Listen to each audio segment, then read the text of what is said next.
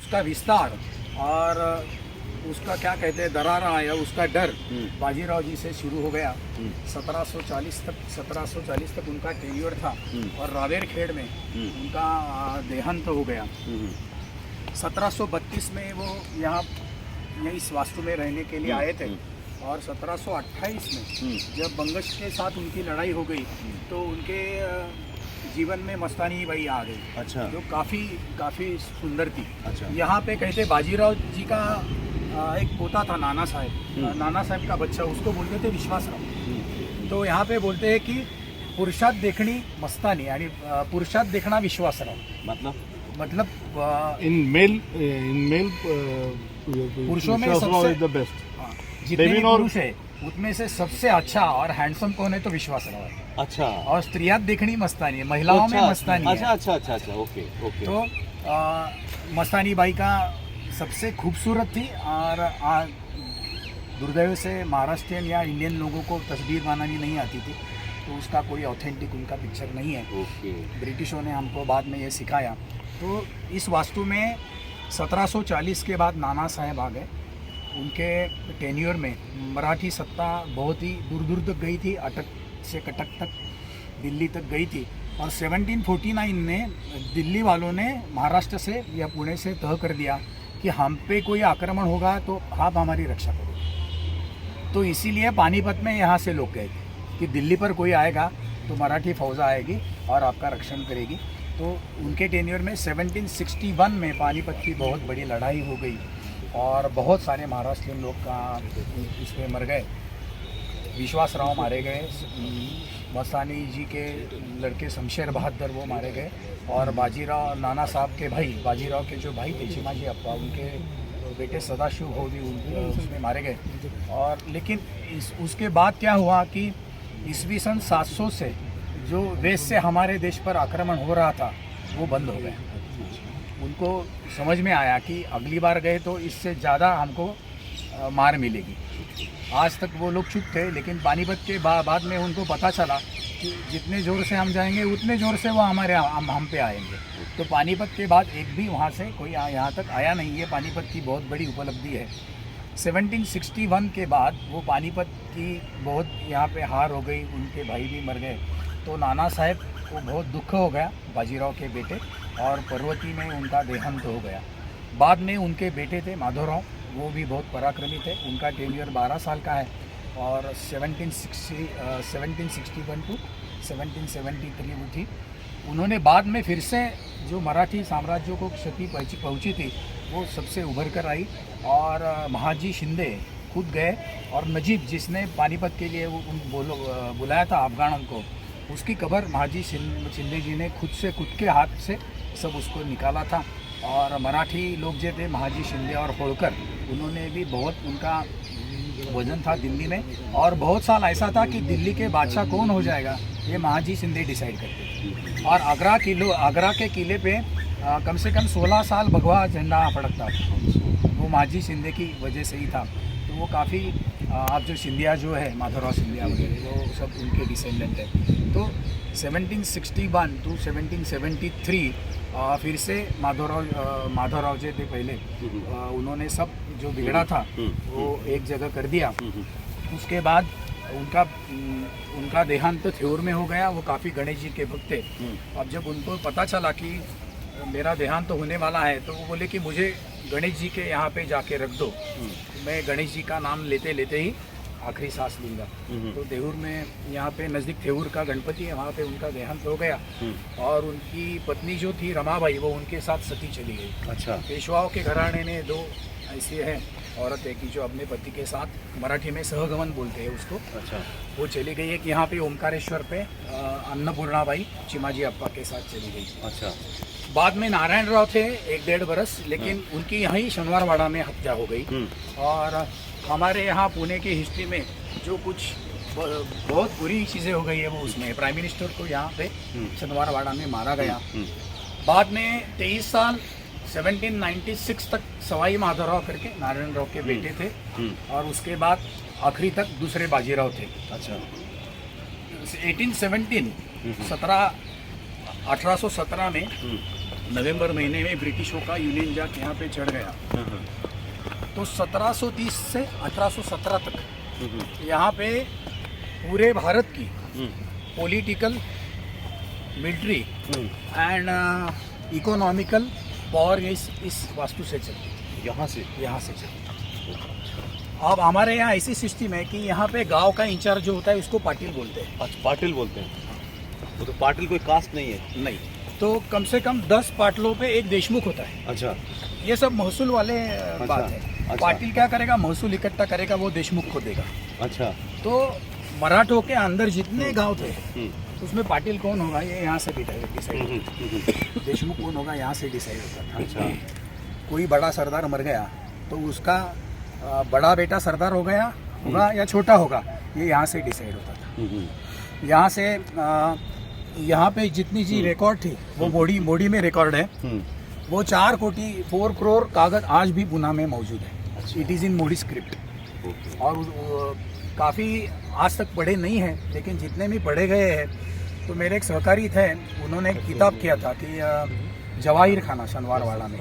तो उसकी शुरुआत ही ऐसी है कि मिसलेनियस डायमंड 57,000 यहाँ पे थे उनकी जवाहिर खाना में। 1.5 लाख मोती, 2.25 लाख सफायर, ऐसी उसकी शुरुआत ही ऐसी है। तो इतनी राज्य लक्ष्मी जिसको बोलते हैं, श्री बोलते हैं, दौलत थी, धन दौलत थी।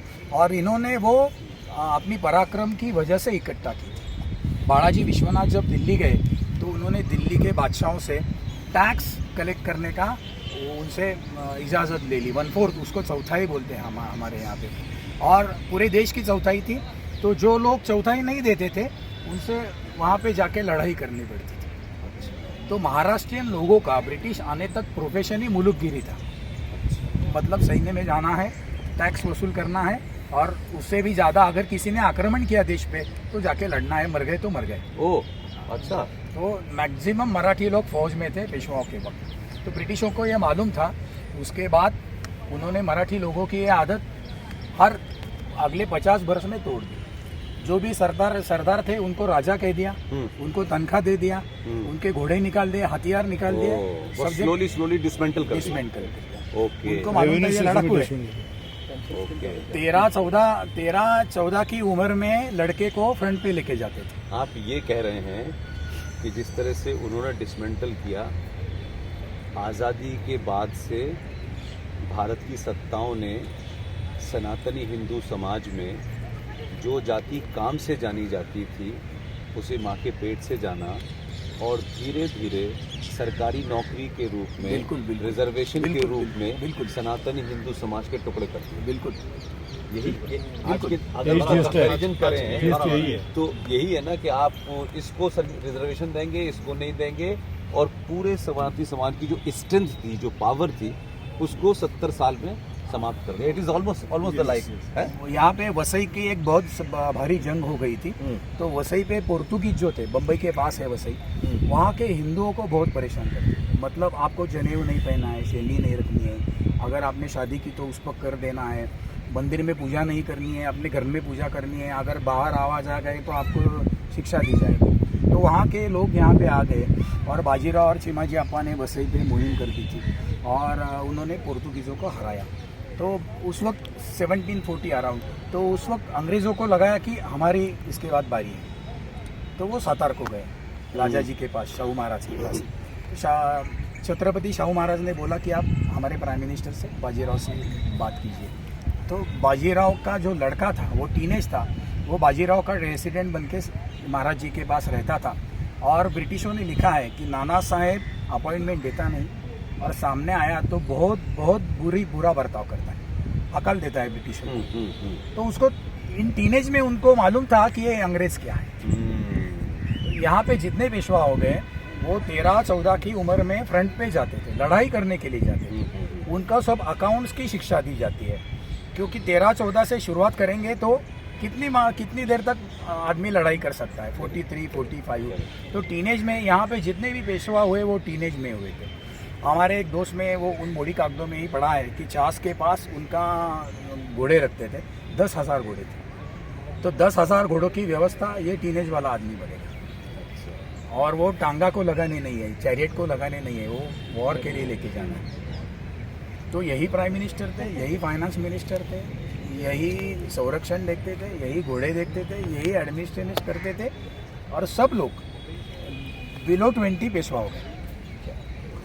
और 8-8, 12-12, 16-16 घंटे 16-16 घंटे दिन में काम करते। जैसे योगी जी बोल रहे थे कि आपको प्रशासन में आना है तो 18 घंटे काम करना पड़ेगा, नहीं तो घर जाओ। अगर आप मंत्री हो, आमदार हो, एमएलए हो, कोई भी हो, 18 घंटा काम करना पड़ेगा, नहीं तो घर जाओ।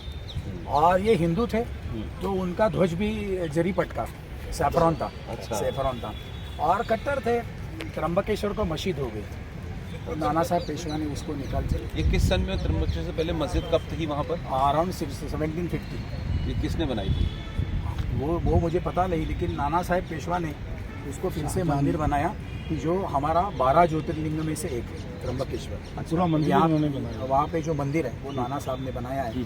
और वहाँ पे सोना सा है ना, तो मुखौटा शिव जी के यहाँ पे शिवलिंग दिखाता हूँ पे मैंने फोटो। वहाँ एक 5 शेरों का मुखौटा लगाते हैं। अच्छा अच्छा। तो वो सोनों का पूरे गोल्ड का जो नाना साहब ने दिया था, और उसको पूरे वर्ल्ड में 5 नंबर का डायमंड दिया था, नसाब डायमंड। वो ब्रिटिश भगा के ले गए। ओके। ये लोगों को श्रीमंत बोलते हैं। श्रीमंत इसीलिए बोलते थे। इनको 15 रुपये तोला जो सोना था, उनकी आमदनी 18 करोड़। और वो लीगल थी। लीगल थी। डॉक्यूमेंटेड थी। हाँ, ये लगाना जरूरी है। ये लगाना जरूरी है आजकल। इनके मालिक जो सातार में बैठे थे, उन्होंने कहा था आप इतने परसेंट ले लो। अच्छा अच्छा, सबसे चल रहा है। हाँ, परसेंटेज का हमारे यहाँ परसेंट पहले से मतलब फिक्स। परसेंट मतलब कि जो It is not new to आप us. टैक्स लेके आओगे, हाँ, वो टैक्स वसूल करने के लिए आपको इतने पैसे मिलेंगे। तो कल मैं आपको बोल रहा था ना, सेना करते बोलते हैं। हाँ, वो आज बता रहे थे। रेम्यूनरेशन। तो यहाँ पे गुजरात पे हो, बंगाल पे हो, ऊपर हो, नीचे हो, सब जगह मराठी फौजा लड़ती थी, दौड़ती थी। और हमारे यहाँ एक शेजवलकर करके एक लेखक है, उन्होंने क्या बोला कि मराठी घोड्यांच्या टापा, मतलब जहाँ जहाँ मराठी घोड़े गए वहाँ देश शांत हो गया, एक्सेप्ट कश्मीर। हो। कश्मीर में मराठी लोग वही नहीं घोड़े पहुँच पाए हैं। नहीं पहुँच पाए। वहाँ के बाजू में गए, अटक तक गए, लाहौर तक गए, वो एरिया छूट गया पहाड़ी साइड से। हाँ। और इसी वहाँ वजह जाने से से कोई 18 रेवेन्यू घंटे नहीं काम मिल रहा करना उनको। है, लड़ाई करनी है। मेरे साथ 50,000 लोगों को लेके जाना है, मैं मर जाऊंगा, उनको क्या हो गया, वो टेंशन थी। ये सब लोग तो 40 उस की समय उम्र में तो मर पूरा गए। मराठा के कसम उसमें गुजरात वगैरह सब कुछ था ना। सब बिल्कुल मराठी लोगों का बहुत बड़ा गुजरात एम्पायर भी उसी था। में आता था। ये सब टीपू को भी हराया टीपू था। खैर एक ही राज था वैसे। टीपू डरता था माधवराव पेशवा, सामने नहीं आता था। निजाम को 3 बार हराया इन लोगों। निजाम को हर बार हारते, मतलब वो बोलते निजाम हमारे खेत की मूली है, जब चाहेंगे उखाड़ के फेंक देंगे। ऐसे बोलते थे। तो उसको तो बड़ा ग्लोरीफाई किया गया निजाम लेकिन को उसको हमारे। रखा था, कितने बार हरा, एक बार भी निजाम जीता नहीं। और उसका जो उनकी सेटलमेंट होती ना, बहुत बड़ा लेके एक बार तो निजाम का दीवान लेके आए थे उन्होंने, पैसे नहीं देने के लिए, तो लेके आओ। अच्छा, उसको पता जाता है बड़ा वो करोड़पति था और इसने ये पालता था और एक ये भी करता वॉर था। वो जीता नहीं है मराठों के साथ। सब गलत लिखा हुआ है ये। बहुत बार मारा है निजाम को, बहुत बार मारा है। जितने वो वार आता था मार खा के उठा चला के जाता। मारा। उठा के मारा। उससे पैसे भी लिए हुए हर बार। ये दे दे। टीपू को लेकिन भी आपकी मारा। एक बात मुझे पसंद आई कि जहाँ जहाँ मराठी घोड़े नहीं गए कश्मीर। उसमें, तो 2014 में तो चला गया ना मराठी घोड़ा। चला गया भाई, लार्जर तो मराठी है ना, तो आपने बांट लिया, बात अलग है। तो घोड़ा गया तो कुछ ठीक हुआ है ना। हाँ बिल्कुल तो हमारे नंबर के साथ तो गुना के उनको आज बुलाया मैंने, अच्छा निम्बोल के साथ। अच्छा अच्छा, उन्होंने अच्छा। वो सर्जिकल स्ट्राइक की थी। ओ वाह वाह, क्या बात है, क्या बात है।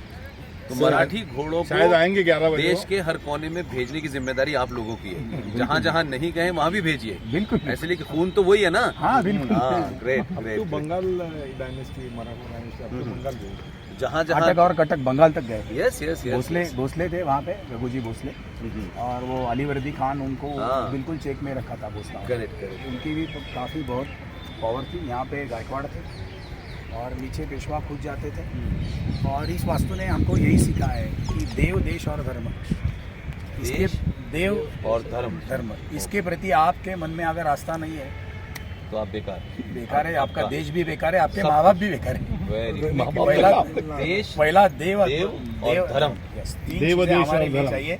और महाराष्ट्र के क्रांतिकारक भी ऐसे हुए इनके बाद हम्म। चाफेकर थे, टिळक थे, Correct, बाकी correct। सब चीजें फजूल अहिल्याबाई है। होलकर वगैरह सारे। बाकी सब चीजें फजूल है, ये 3 चीजें पहली आती है। ओके। और आज लोगों को पता चलता है कि अगर ऐसा देश प्रेम नहीं है तो अफगानिस्तान हो जाता है। यानी आप कह रहे हैं कि देश, देव और धर्म, तो हम देश रह गए, देव और धर्म भूल गए। भूले नहीं है, लोग करते हैं, लेकिन जितनी आस्था वो- उसके प्रति होनी चाहिए। वही मैंने कहा, उसके प्रति देश जो- छोड़ नहीं सकते इसलिए रुके हुए हैं। हाँ, that's what I'm saying, that's the point। Determination नहीं रहा। That's वही मेरा मतलब है, वही मेरा मतलब तो ये वास्तु आज तक हमको ये बताती आती है। 1828 में ब्रिटिशों ने इसको आग लगाई, है। अच्छा, क्योंकि ये एक मोमेंटम था, जैसे लाल किला है, हाँ। जैसे रायगढ़ है हमारे लिए, हाँ, हमारे लिए लाल महल है। ओके, तो ब्रिटिशों को डर था कि अगर यहाँ पे जो आखिरी पेशवा थे वो सेटलमेंट करके बिठूर गए, ब्रह्मावर्त में गए। अच्छा, बिठूर गए, दूसरे कानपुर के बाजीराव। पास। हाँ। हाँ, तो उनको डर था अगर दूसरे बाजीराव यहाँ पे आ गए तो सब महाराष्ट्रियन लोग यहाँ पे आ जाएंगे और ब्रिटिशों के अगेंस्ट जो हो जाएगा, जो 1857 में हुआ भी था। और यहाँ के क्रांतिकारक वासुदेव बलवंत फड़के थे, उन्होंने भी ऐसा प्रयत्न किया था। तो उन्होंने क्या किया, ये वाड़ा तोड़ दिया। तो यहाँ से एक हमको कल्पना आ सकती है कि ये उनके जो मराठा स्ट्रक्चर है वो वहाँ पे उनका दरवाज़ा था। अच्छा। और ये पहला चौक था। ये टोटल इमारतें थी, यहाँ पे भी इमारतें थी, और ये इनका घर था। और घर का जो पिछला वाला चौक है ये यहाँ पे था। ऐसी ये मेन बिल्डिंग थी, बाकी एडिशन और सब्सट्रैक्शन होती रही। सब यहाँ पे रहते थे, यहाँ पे ऑफिसेस थे। और ऐसे बोला जाता है कि 1500 कारकुन काम करते थे, 1500 clerks used to work for a day. और इतने ही गार्ड्स थे 3 शिफ्ट में। अच्छा। हर शिफ्ट में 5 गार्ड्स थे। और इस साइड को एक बिल्डिंग जी, वो 7 स्टोरीड थी। अच्छा, 7 मंजिले एक ही बिल्डिंग थी। अच्छा, ऐसा ये ग्लोरियस इस वास्तु का रहा है। लेकिन 1817 के बाद और ब्रिटिशों ने तोड़ दिया फिर। लेकिन आज भी अगर कहीं भी आपको पूना दिखाता है 1 सेकंड में शनिवारवाड़ा दिखाते हैं। ओह, अच्छा, अच्छा, 1 मिनट में समझने आता है एक पूना। मिनट, अच्छा, अच्छा, अच्छा, अच्छा, ओके, दिल्ली दरवाज़ा दिखाता है। Absolutely। और जो काफ़ी एक अच्छी यहाँ पे चीज़ उन्होंने बनाई थी जो आज तक देखने के लिए नहीं मिलती, वो है 1000 गेट्स फाउंटेन, हज़ारी कारंजर। हज़ारी कारंजर इस फवारे से 1000 फवारे एक साथ उड़ते थे, जबकि बिजली नहीं थी। अच्छा, लोगों ने बिजली नहीं थी। 40 किलोमीटर से यहाँ पानी लाया हुआ है। अच्छा, तो यहाँ पे जिसको बगला बोलते हैं, एक टंकी कराई थी हाइट पे, और उससे यहाँ पे फवारे आते हैं। 192 क्या बोलते हैं उसको, टैप्स थे। और हर एक से 8 ऐसे करके वो फवारे निकलते थे। ये हज़ारी कारंज है। अच्छा। 1913 में क्या